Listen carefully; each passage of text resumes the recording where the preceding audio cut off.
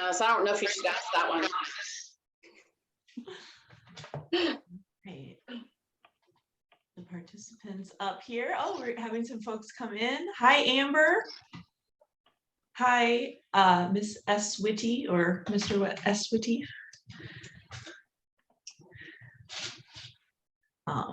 Today's webinar is Q&A about mentor programs. So we were actually just talking about some questions that us panelists have on the mentorship, how to launch our mentorship program. So it's going to be interesting to hear everybody's questions and things that you want to learn about or just kind of talk about. Like, this doesn't have to be like question, answer.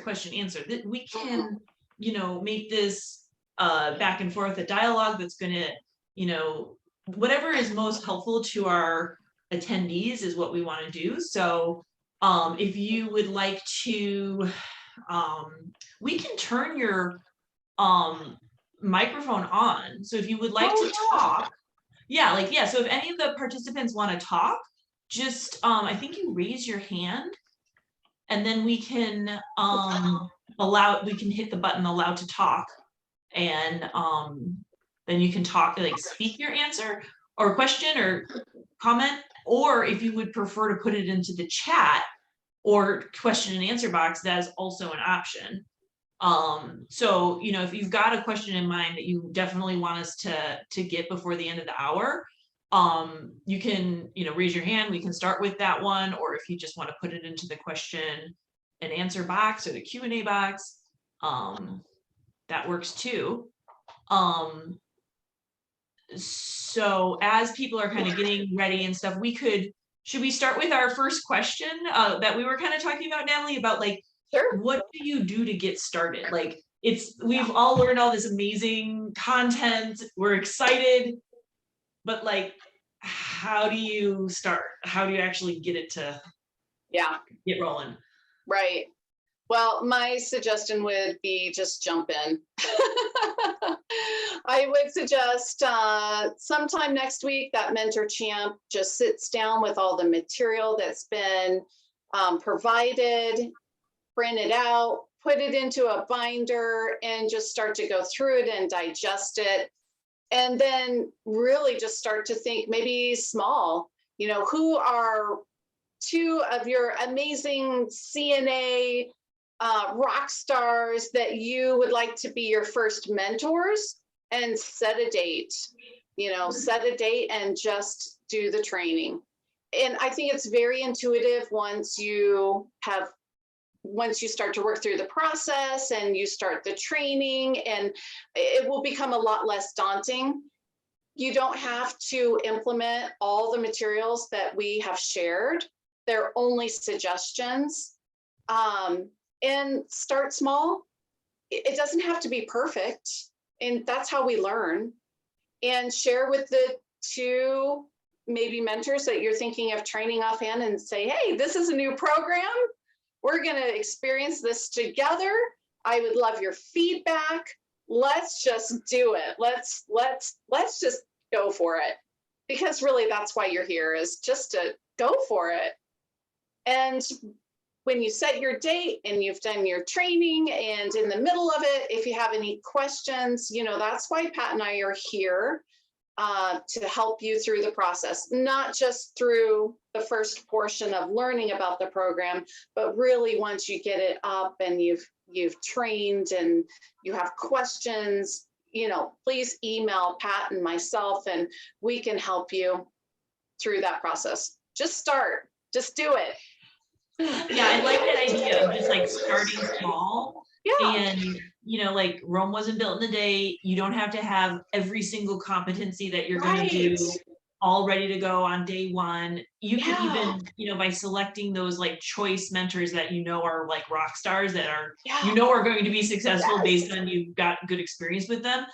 They could become like the captains of your team, where they're helping the coach through the games and helping, I could even see them helping develop the portfolio of competencies that are eventually going to be taught. Like, you could talk to them about, what are what are certain procedures around here that you think are error prone, or that all of us could use better training on, you know, and start with those, and then eventually work your way up to having all the competencies that you want, which actually leads me to my next another question. And again, attendees, anybody on the line, like if you've got a question that you want answered, you can hit raise hand on your screen, and then I can turn on your audio. Or if you would prefer to type it in, you can type it in. I think you can even make it like a anonymous question. So like if you don't want to, you know, share publicly, that's also an option, and we're totally good with that too. So yeah, so one of the questions I had was, you know, during the training, you showed us, and in the materials that have been given, you showed us a full, you know, a sample competency on hand hygiene. And there's the 12 steps in there, and, you know, it's giving us, okay, so this is what it looks like. And then you also provided a template where each facility can then use that template to create all of the various competencies that they're going to teach. But like, how do you get started with that? Like, what competencies do you guys do? And, you know, how does somebody get started on that? Yeah, that's a great question. So initially, what I would suggest, our focus right now is on our new CNAs that are going through CNA training. And each of the training organizations that they go through is going to have competencies step by step that are taught to the CNAs that the state has mandated for their state test. So in order not to confuse them, in order to not increase their stress level, I would suggest use those initial competencies. You can either have it on the form that they provide. You could transfer those steps over to the template that we have provided. Either way, those are the competencies I would really suggest teaching and training, and just to ensure that those CNAs are very confident and competent and comfortable with what they're going to be tested on. I would start there. And then what I would suggest is, as you have surveys, or if you do mock surveys, any problems that have come up, maybe you've had a tag on, maybe it's a heavy state tag. You know, the #1 tag in Colorado is infection prevention, hand hygiene. So that's why we teach it to everyone. It's also mandated, but that is a heavy tag. So we teach everyone on hand hygiene. So look at your state tags. What's cited the most? Look at your past surveys. What have you been cited on? What has your POC been focused on in the past? You know, your plan of correction. So implement this also into your plan of correction. If you have a survey and you get a tag and you have to do your POC, put together a competency and that education so that you can teach others that are current associates, but then also teach anyone that's coming new into your community with a standardized education. So I think I would start there. Highest number of tags by the state, survey trends, and your POC. And of course, what the CNA is learning, you know, through their state certification class, because that's really who we're focusing on. Great. Okay, I think I see some questions coming through. So, oh, nice. All right. So the first one is, with your template, okay, you are having the mentor/mentee relationship last a year. How do you ensure these relationships continue to last that full year? That's a great question. So with the template, you'll see on the pay schedule that gets turned into HR, or not HR, into payroll. And I don't know if you could bring that up. Maybe. Yeah, I have it on this other screen, so I can do screen Oh, share. yeah. If you wanna, If you could screen share it, that'd be great, because then I can just really walk through it. And I can share how the mentor and the mentee evaluations work in conjunction to the mentor bonus payroll CNA form. So it's number 18. Okay, and would that be under Mentor Champ 1, Oh. 2? Phase 2. Okay, here, I'm gonna. Oh, I better double check. Yes, Here we phase 2. Okay.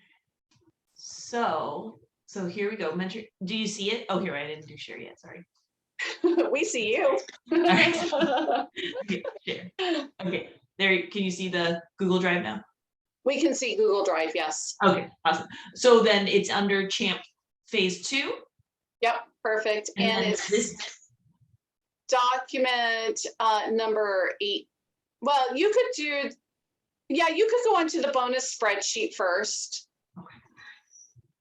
And then we can go through. So this is the bonus payroll spreadsheet that we use.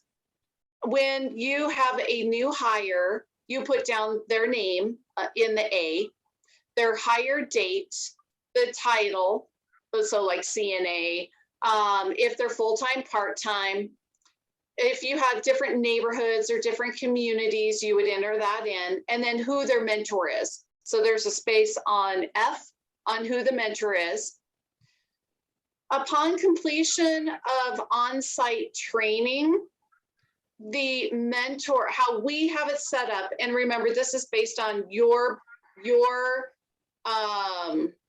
internal talks with leadership to determine what your potential bonus amounts are going to be at your community, based on your budget.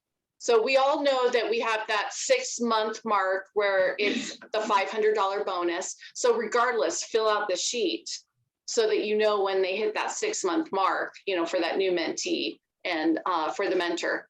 So anyway, completion of on-site training is the shadowing days. So it's the 4 8-hour days or the 3 12-hour days. That mentor would get for us, it's a $50 bonus. So they would turn in the mentor bonus payroll sheet to trigger a payment being made to them. So we'll pull up that form in just a moment.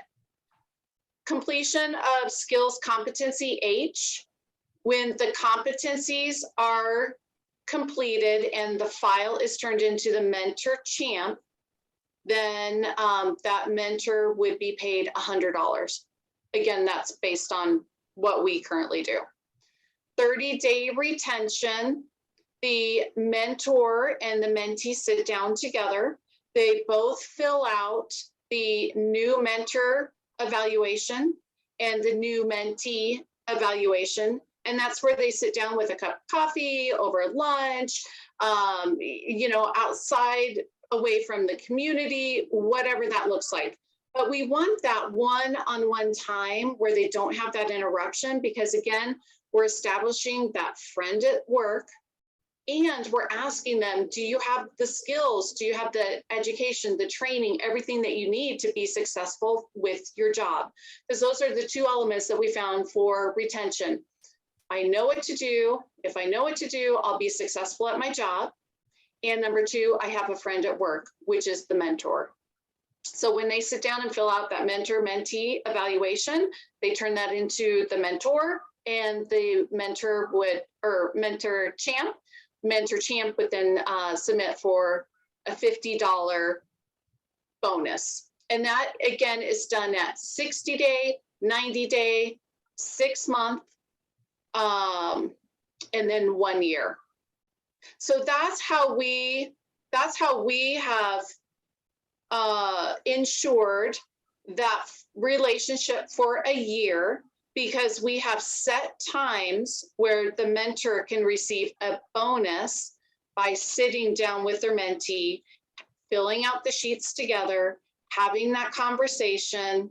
And it's also such a great opportunity because if there are any barriers that the mentee shares with the mentor, what a great time to problem solve that. Hey, I see this as a barrier. Let's problem solve it. We want you to stay, right? It's such a win-win. So if you don't mind, Kate, going to the new mentor evaluation. Oh, yeah, you're right there. Perfect. And the mentee evaluation is the same.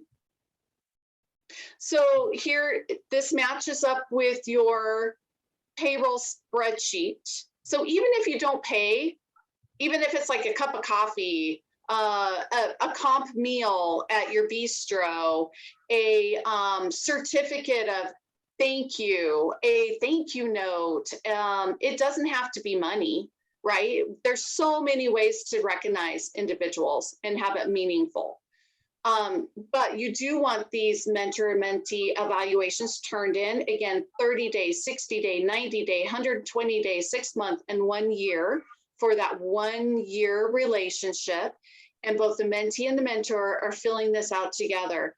Made me feel welcome and introduced me to staff, yes or no, explained the policies and procedures, demonstrated new tasks and observed me performing them correctly, encouraged and praised me. So we have all these different questions that are preset for that relationship to start and that comfort for those conversations. How do you set that like honesty? Like it's like brutal honesty almost, like it would be, how do you establish that like rapport? Rapport between the mentor and the mentee. Yeah, like it would be hard to like tell the mentor like, no, you did not make me feel welcome. Or like, you know, like how do they?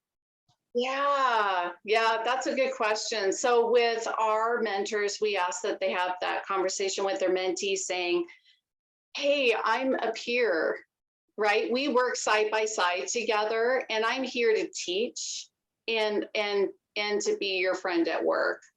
But my main objective is to ensure that our residents get the most amazing care possible. Because really, that's why we're all here, right? I mean, that's my bottom line. I work for our residents. Everything I do is centered around my residents and ensuring that they get the most amazing care possible.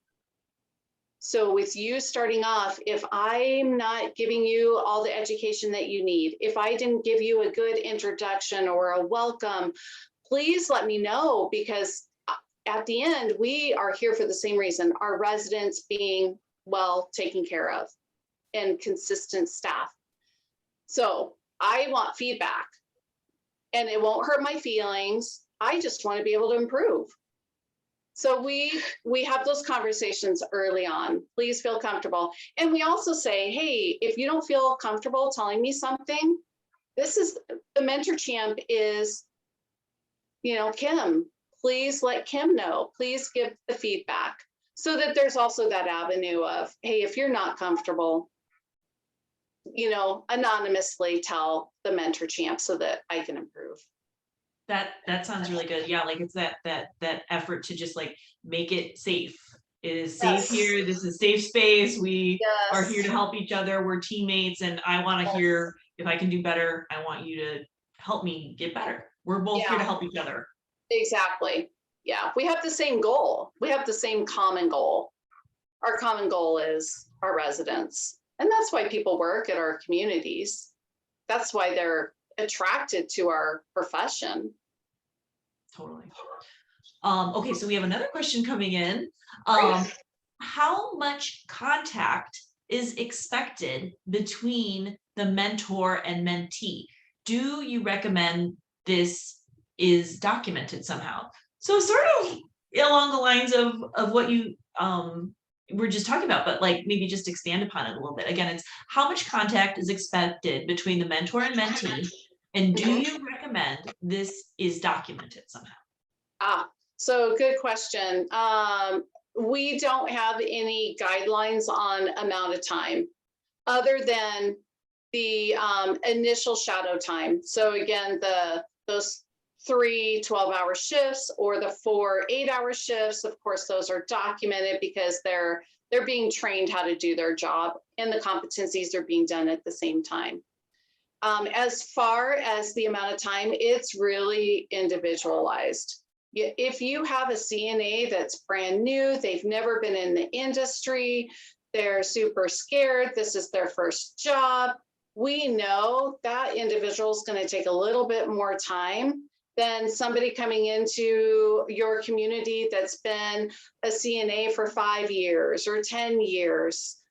They're going to need less time and less hand holding. So we share with our mentor, we will follow your guidance. If this new associate needs a little bit more time, maybe an extra shift, maybe a little bit extra time meeting before or after their shift, or they need a little bit extra help with PCC documentation, or, you know, whatever it is, we follow the mentor's guidance. They're the expert working with the new individual. So there's no guidance on our end other than those initial shadow days. And that's like in terms of the career development facilitation world, that like person-centered approach is usually what is recommended, is like you really try to tailor the career development intervention, whatever that intervention is, to what that individual person needs. And I think that that's a good approach, so that it's like, again, so that you don't have to worry like, oh gosh, do I have all of the answers already played out? It's like, no, we'll just take it as it comes. We're gonna work with the people that we have to work with, meet their individual needs, and just do the best we can. Absolutely. Yeah. For that common purpose. I love that you like tied that back to the common purpose of we're all here to make sure our residents get the best care. Yeah, absolutely. And then as far as documentation, so the documentation that we do is that we hold on to the mentor-mentee evaluations. That's documentation that you've had those conversations. We document on the, we have the payroll sheet that gets filled out. That's additional documentation that goes to payroll. And we have the documentation on that spreadsheet that you first shared that shows the name of the new associate, when they started, you know, their hire date, who their mentor is. And then each time that the mentor-mentee sheets are turned in, that date gets put onto the spreadsheet so that you have additional documentation. Right. So those are the documentations that we implement. Now, was there a form specifically to give to the payroll to say this, is that in the list of materials here? Yes, it is the, oh, this one? Oh, you might have found it. Yep, that's it. And okay. That, this correlates with your mentor-mentee evaluation dates, your spreadsheet dates, and this is for payroll. And then I keep a copy of it as well. Whoever your mentor champ is keeps a copy of this as well. So do you have the mentor filling this out? No, what I do is I have the mentor champs fill this out. So the mentor will turn in the mentor-mentee evaluations, both of those filled out. And then that triggers this sheet to be filled out by the mentor champ. The mentor champ records this information on the spreadsheet. And then this form gets kept by the mentor champ, as well as gets sent to HR or to payroll for payment.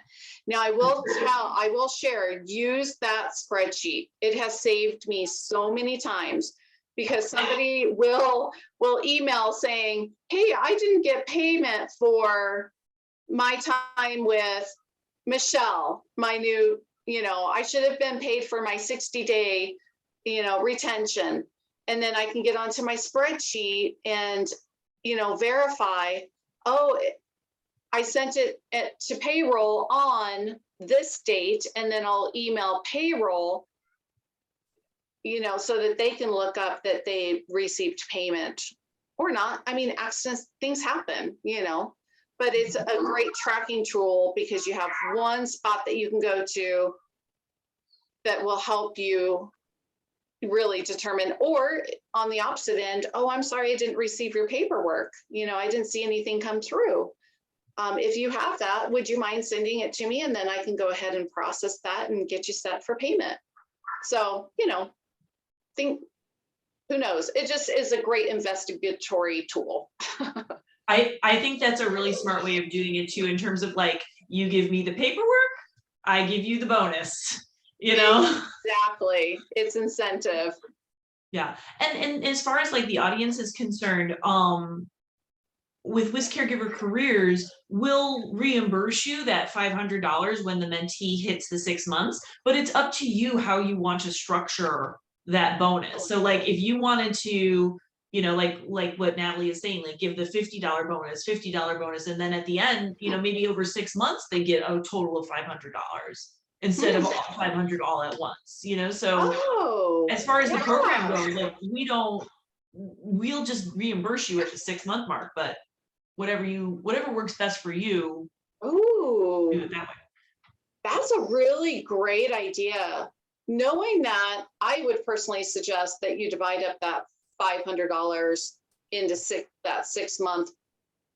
Yeah, 6 months. So it's what, maybe $25 or whatever, per the on-site training, they would get a bonus. Completion of the skills, they would get a bonus. That 30-day, 60-day, and 90-day, and divide that by 500 and spread it out. I think that's a really great idea. Yeah, in terms of like, you could use the first 500 in the first 6 months, and then depending on what your budget is, then maybe give another 500 at the year mark. Considering how valuable keeping a CNA is for a year, spending that extra 500, again, if it's within the realm of abilities within your specific situation, but if the ability is there, that's you'll get a good return on investment. Let's put it that way. Yeah, absolutely. And what we found is we give $100 when they turn in the competencies, because really the competencies are worth a lot to you. They get you survey ready. If a surveyor has any questions on, were they Hoyer lift trained, and we're not seeing that you're following your procedures, you can pull out that competency and show, yes, they were trained. It's been signed off by our mentor, by our mentee. All the steps were completed and understood. If you have litigation, if something adverse were to happen and it came out, was this individual trained? Yes, they were. Here's the competency signed by the mentor, signed by the mentee. All steps were understood. It really eliminates the he said, she said. Oh yeah, I trained them on that. Well, here's the proof. The competency is your proof. Great for plan of correction. Everyone has the competency completed. Competencies are worth a lot for you. They really are. You want a complete set of competencies for each of your clinical associates, your CNAs. So we pay more for the competencies, and we pay more for that retention at 1 year.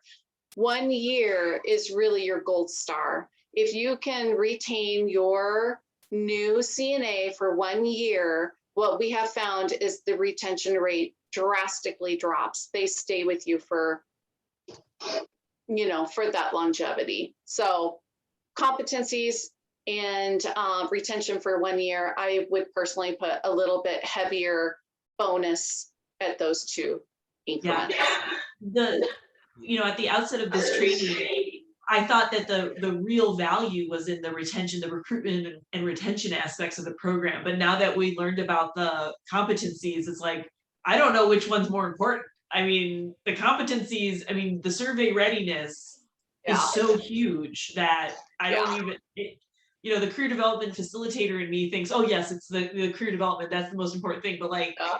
in the grand scheme of things, the competency and the survey readiness is They're huge. they're all important. And that's why I love this program, is because you tie in so many critical elements into one program. So again, for anyone that's on, just jump in, just do one training. You went through the training, it was super fun. You have the PowerPoint, it has all the talking points. Just talk, just read it off verbatim and just jump in, just do it once with two of your rock stars, and then you'll see the process. You'll be like, oh yeah, you guys need to turn in your mentor mentee sheets for me to give you that bonus when they ask, or it'll become very intuitive. Great. Yeah. So we got another question. It says, are these bonuses coming from the $500 of grant money, or is this above and beyond the grant money? So we sort of touched on that, like, you know, it's up to you how you want to structure it. We reimburse that $500 at the 6-month mark. And then, and so yeah, if you wanted to break that up amongst the first 6 months, totally up to you. And then if you've got money over and above what the grant is able to provide, great. But if not, you know, the 500 spread across those first milestones, I think, is still a good way of getting what you need out of this program. And making the mentor feel appreciated too, and that they've got something to gain from participating. So I don't see any coming through the chat box right now, but we do have our list that we were kind of talking about before. Travis, did you want to give your question? Yeah, Natalie, what do you do if, like, you had a mentor, went through the application process, trained them up to be a mentor, and then it just doesn't seem like a great fit for them? How do you kind of remedy that situation? Yeah, so that's a good question. I think it's a good opportunity for the mentor champ and the mentor to sit down and just have really a good, candid, one-on-one conversation. You know, some people just really don't, they don't care to teach. They don't care to be that teacher, although they're a rock star at the community. The residents maybe love them, their associates love them, they're really good at what they do, but at the end of the day, they just want to do their job and go home and not have any additional responsibilities. That's okay. Maybe there's an opportunity for a leadership position in a different avenue for them that would better fit their personalities or their lifestyle at this time. I'll give you a good example. In fact, I'm getting ready to train at our communities in July. And we have one individual at one of our communities that is just such a rock star. We just want her to be a mentor so bad because she'll just be so incredible. But she shared, now's not really the right time for her because her family's going through some turmoil. And also her kids are getting ready to graduate from high school, and she just wants to be able to not have any additional responsibilities at the community, just be able to spend that extra time with her kids before they graduate high school, knowing that they're going to be going off to college, and also they're having a little turmoil in the family. So, you know, for that individual, it's that sitting down one-on-one, even though she hasn't gone through the training yet. Let's say she did. It's, you know, things change, life changes, situations change. We have to be fluid, and we have to really respect where our associate is at this time. So with this individual, we shared, completely understand. When we have our next training in January, we'll touch base at that time. So just really that good one-on-one candid conversation, just trying to figure out what's the best fit.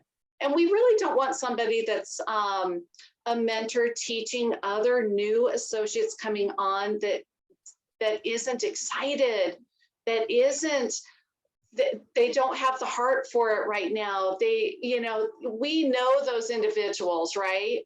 We know, we can feel that they're thinking of other things. They're too busy. They're not focused. They're not excited. They're not ramped up at this time. So honor where they are. Yeah, I think that really highlights the like emotional side of things, you know, like it does take, to be a mentor does take a little bit of emotional bandwidth.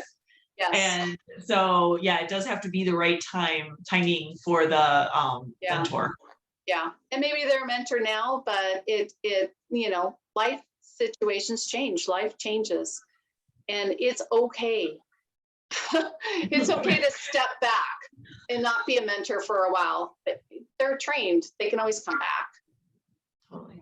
So we did get another question through the Q&A box. It says, in order to receive the $500 grant money, does the new hire need to apply through WisCaregivers?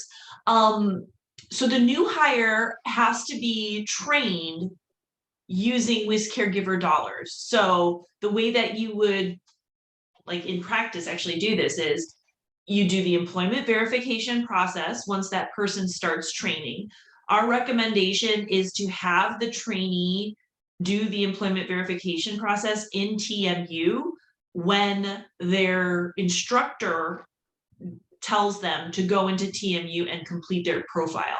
So the instructor sets it up and then the student goes in and finishes it.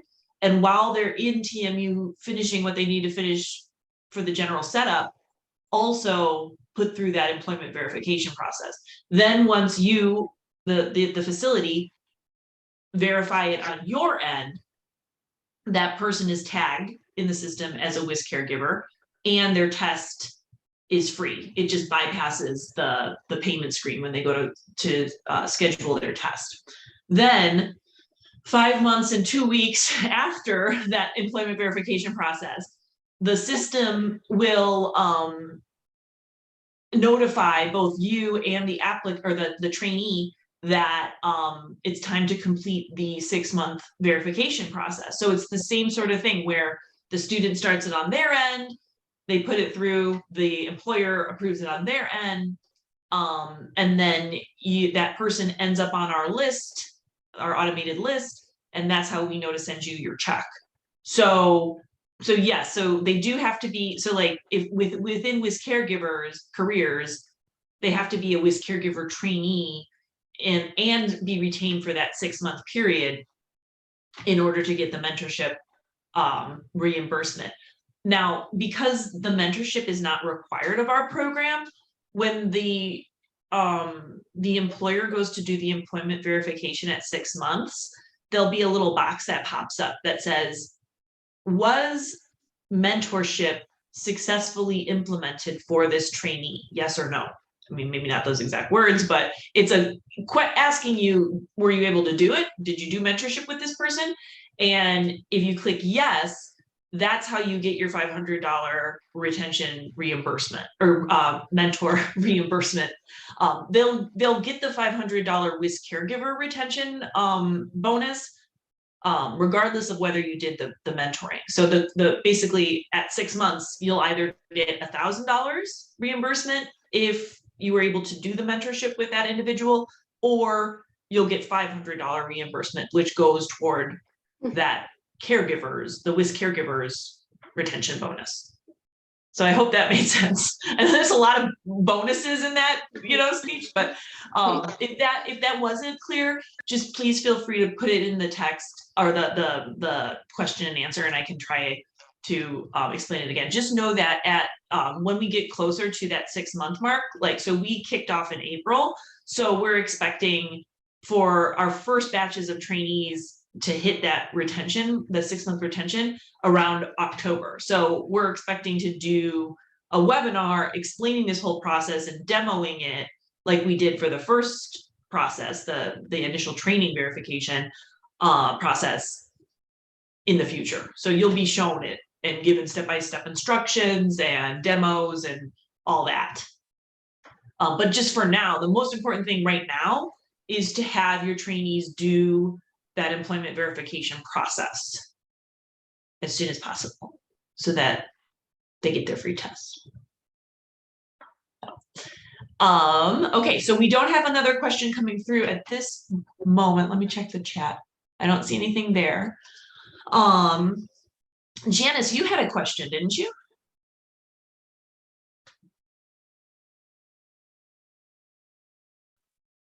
Sorry, I was looking for the button to unmute myself. It disappeared. Actually, I had a couple. I'll start with the easy one first. Supposing your mentor is just doing an absolutely awesome job and your mentee is also doing very well in their first few days, weeks, months of training, but there's just a huge personality clash. It's not that either one is doing anything wrong. They just don't mesh well. Mhm. What do you do? Yeah, that's a good question. And we've actually had that before. Some personalities just really don't they just don't get along. Nothing wrong, they're just different personalities. So what we always suggest to the mentor and to the mentee is if this isn't a good match, and that's how we just put it, not saying personalities or anything. We just say, if this isn't a good match for whatever reason, please let the mentor champ know, and then we will reassign. Again, we'll have that one-on-one conversation individually with the mentee and the mentor and try to figure out what's going on. If it's something that we feel like can't be rectified for whatever reason, maybe, just personality, then we will go ahead and pair them with somebody else. And we'll have that conversation with the mentor, the mentee, and the mentor champ together, just saying, hey, we realize this isn't a good match. Let's go ahead and pair you with somebody different. So it happens. And yeah, and we like that candid conversation with everyone at the end so that there are not any hurt feelings, hopefully. And then another one. Now, the mentor is peers with an awful lot of people working in that organization and wants to make sure they're on good terms with everybody. But what if he or she has reason to suspect the mentee had marijuana before started the shift or had a drink or two before coming into the building? They want to maintain trust, but they want to look out for the residents and they don't want people to think they're a snitch. Mm-hmm. So what's a good way of handling that? Yeah, that's a good question. I would, for us with our policy, what we recommend is that the mentor goes to their supervisor alone, confidentially to that supervisor and shares their concerns and asks the supervisor not to share who gave the information so that the supervisor can then determine next steps and keep that confidentiality and approach that mentee, that new CNA, in a way that shares some of your peers, or it's been noticed, or something along those lines, so that anonymity is really kept, so that trust can continue. Yet at the same time, honor that at the end of the day, we're all there for the same reason, being resident care, and that could definitely compromise resident care in addition to our community standards. Yeah. And then another question that just came to mind, and I guess this could go either way. So supposing the mentor is just starting to pick up that this mentee is maybe not well suited for the job. They passed the exam, but it's not working skill-wise. To what extent do they go to try to raise them up versus saying it's time to move on? Or the flip side of that is, what if the mentee says, in her mind about the mentor, I know you knew how to do your job really well, but I just don't think you're being kind to the residents like I think you should be. Mm-hmm. Yeah. So we do have the mentor champ who we would ask the mentee to go to with feedback on how that resident is being taken care of, or to the supervisor. And that's something that we go through in orientation. You know, if you suspect abuse or mistreatment, neglect, regardless of what role they play in the community, your job is not to know if it's true or not, only suspect, because you are a mandatory reporter. You must report that to your supervisor.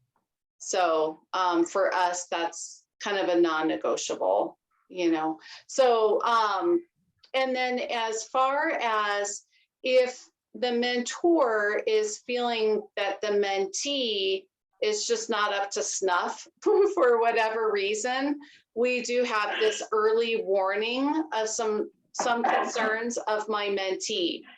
So the mentor would simply fill out this form. They would circle whatever their concerns are. There's a section at the bottom for comments. They could either give it directly to their the mentor champ or to the supervisor to address those concerns. And then it's really up to the supervisor to determine what those next steps are, how they would like to continue. You know, is it simply a conversation? Is it retraining? Is it additional training? Is it, you know, something that needs to be a written warning?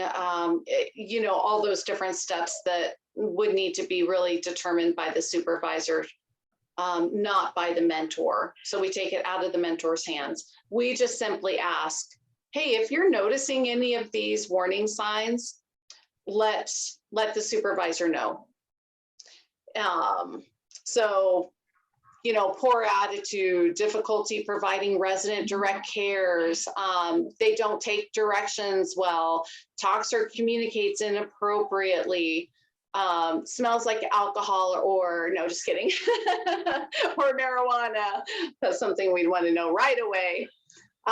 With this form as well, we ask that it be slid under, you could slide it under the door if the associate works at night, you know, so that the supervisor sees it in the morning, or email it, or personally hand it to the supervisor or the mentor champ to address. But, you know, so many times what we have found is often just with communication, most problems can be solved. And most of the time we can come up with solutions. But you're right, there are those times that an individual maybe just isn't the right culture fit for our organization, and that's when the supervisor would need to kind of escalate that to a different level. Here's another one kind of related. Yeah. But sometimes, you know, these people come from all different kinds of lifestyles. Mm-hmm. The mentor and the mentee are going to become very close in many instances. What if the mentor picks up that the mentee, let's pick an example, is an abusive relationship? But the mentee says, please don't tell anybody, please don't tell anybody. And it's, you know, again, they want the confidentiality, they wanted a shoulder lean on, but they don't want it spread. Yeah.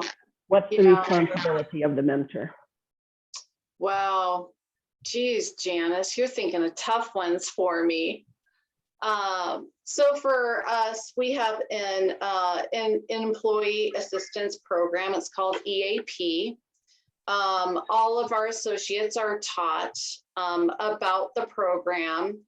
I would probably suggest the first conversation would be something to the effect of, I really appreciate you sharing this with me. I know that that's a very difficult topic for you to bring up. I can see that you have a lot of emotion around this, and I can completely understand why.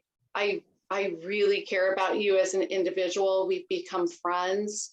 You know, I feel very close to you. Do you feel comfortable reaching out to EAP? Here's the contact information. Here's how you reach out. It sounds like maybe you just need somebody to talk to and give you some, you know, really good advice. Whether that's counseling or help or a different place to stay, or, you know, whatever resources, they can help you with resources. And then what I would suggest is ask that mentor to follow up, you know, with that mentee. You know, hey, were you able to call EAP, and kind of follow the guidance and see what they're, you know, what they were able to do. Were they able to call or not? Or, and if they weren't able to call, hey, do you want me to help you make that phone call? You know, I'm here for you. Let me help you. Let's call them together, because I know that this is scary for you. You could also maybe suggest, hey, I'm not very versed in resources or what's available. Would you feel comfortable if we talk to our mentor champ? You know, they're really great at being able to help problem solve. And I really want to be your friend and make sure that you're taken care of. Can we talk to the mentor champ about this? You know, ask them for permission. Because we certainly don't want to break, you know, that anonymity and that relationship and that trust. But we certainly want to get them the help that they need.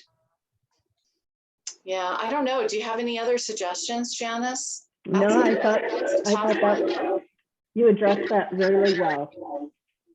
Okay, good. I'm glad to hear that. That's difficult. But we do know that life, you know, life circumstances occur all the time. You know, we don't know what somebody's life is like when they go home. We truly don't. And so I think that early warning signs sheet is really helpful for behaviors that might be coming out sideways, indicative of a problem at home that they don't know how to solve. And so that's why we like that form, so that we can hopefully get that trust and that relationship and help that individual with whatever they need, whether it's at work or something that's personal, and then have those resources for them. Which highlights the whole friend at work thing. Absolutely. It really is. It's so beneficial. I mean, and really you have to think of how much courage somebody would have to share that that's occurring in their home life. And maybe you are just their one friend that they have, that they feel some comfort to share that with. That's outside of their normal level. Absolutely. Yeah. We did get another question, which we kind of talked about, but I think maybe it would be good just to like go over it, just to clarify again, is Yeah. how did you communicate with your communities to share concerns with mentors / mentor champ about their mentees? So like, I think this is sort of like when you were saying about how like they didn't empty the trash, and then instead of each person on the shift, they go to the mentor. Like how does everybody know to do that? Oh yeah, that's a good question. So during mentor training, we teach that, as you guys learned going through the training. But it's also really the responsibility of the community leadership team to really highlight that as well. So let's just say, you know, we have our new CNA, and we'll use maybe a different example. Maybe they don't lower the bed every time that they leave the room for the resident. They keep it at a high level, right? So maybe the DON overhears one of the one of their coworkers saying, "Oh my gosh, can you believe it? Sally just keeps that bed up all the time. She never lowers it down. I just can't even believe that." well, then it's the responsibility of the DON to say, hey, I hear your concern and really appreciate that. Would you mind letting the mentor know that this is a problem, so that the mentor can teach the mentee in a non-obtrusive way? Or we all hear things when we're on the floor, right? So it's everyone's responsibility to share. Would you mind letting the mentor know? And that way they can teach their mentee. And that way it becomes a non-judgmental. Or if somebody hears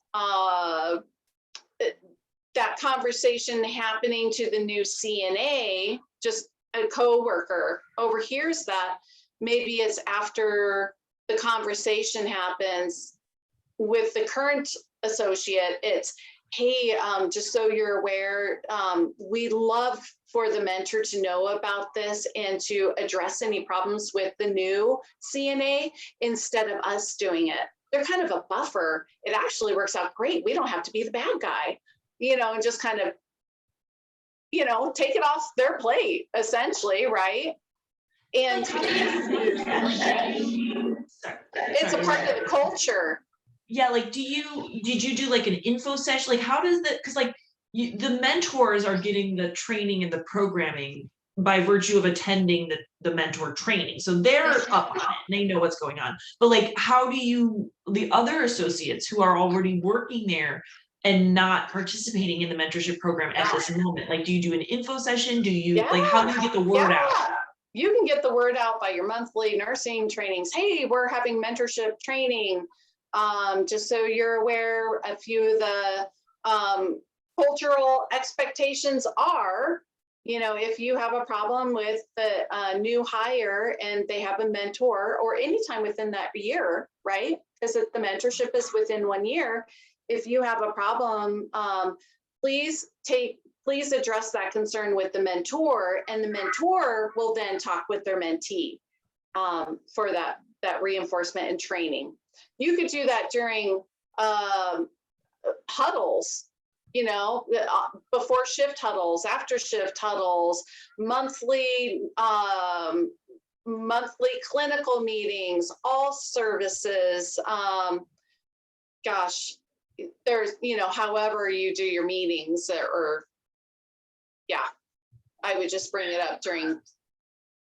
I remember you saying, like, I think at one point we had a question about like, how do people know whose mentor is whose mentee? Like, how do people know, like, again, like, not the ones who are the mentors themselves, but like the associates outside of the program? Yeah. Do you post that somewhere, or how do they know that? Yeah, I would definitely put it. What I would suggest doing is a welcome. Welcome, Amy, our new CNA, to the community. Her mentor is Jane.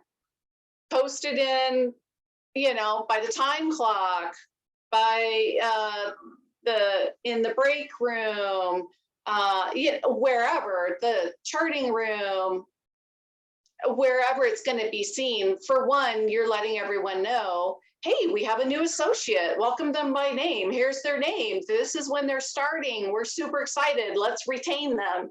And then second of all, everyone knows who the mentor is. Yeah. And then the second half of this question was, how do you have your staff communicate with the mentor/mentor champion about the concerns? Verbally, a form? Is there also a form for that? Because, like, I mean, verbally is easy enough, but like, do you have a form, or is there any other like structure about that? Oh, that's a good question. No, we haven't come up with a form. Our culture is to talk about it one-on-one with the mentor. But I mean, certainly someone could come up with a form, or that form that is used by the mentor, that could be changed to be anyone's concerns about the new member, right? About the new CNA, and they could fill it out and give it to the mentor. Hey, I'm noticing this, XYZ, just so you're aware. Or That's give it great. to mentor champ. Yeah, you could certainly change that form to be for anyone to notice a change or a problem. Great. Yeah. Well, I'm noticing that the time is now 3:30, so I just wanted to give everybody one last chance. If you've got anything you really want us to talk about or anything in closing, please let us know. I'm gonna, Natalie, can you write your email in the chat? Can you type that into the chat so that everybody's got it? Yes. Whoops, let me find my keyboard. I'll put in our email for WisCaregiver careers if you guys need And then anything from us. perfect. And And that you should can have come through. Great. Yeah. And so I would just suggest put into the chat, when are you setting up your first mentor champion training? You've all been through the training. You have all of the verbiage on the PowerPoint. You have all of the tools. Again, it's not going to be perfect. It's okay. Just jump in. What is it? Yard by yard, inch by inch is a cinch. Is that right? Yard by yard is hard. Inch by inch is a cinch. Yeah.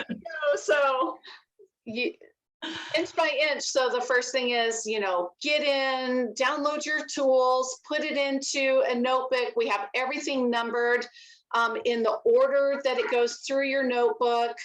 Set a date for two amazing, at least two amazing rock stars. It could be more. The more you have, the more the merrier, the more fun it is. Share with them, hey, we're rolling this out. This is new to all of us. We're going to learn together. Let's do it. So just jump in. Well, thank you so much for sharing this wonderful model with us. It really is, it's not just the retention and recruitment thing. It's also the survey readiness, the competency, and all tying back to excellent care for our residents. So it's just really valuable on a lot of different levels. And I hope everybody who's attending right now has found it equally interesting and valuable. And please keep in touch with us. We're here to help. Natalie's here to help. Pat's here to help. We all want to see you succeed. So if there's anything that we can do to support you, please let us know. Actually, I think I put my that stuff in. I didn't put it to everyone here, so I'm going to put it again through. Oh, and let me add Pat's email too. So if you can email both of us, just so we can tag team it and we can get back with you really quick. Our goal is under 24 hours. Usually it's the same day. Okay, great. And then I'm going to put that in there as well, so everybody's got it. There we go. Great. Well, thank you all so much for joining us, and we hope to hear from you soon. All right. Thank you. Bye. Bye. Bye.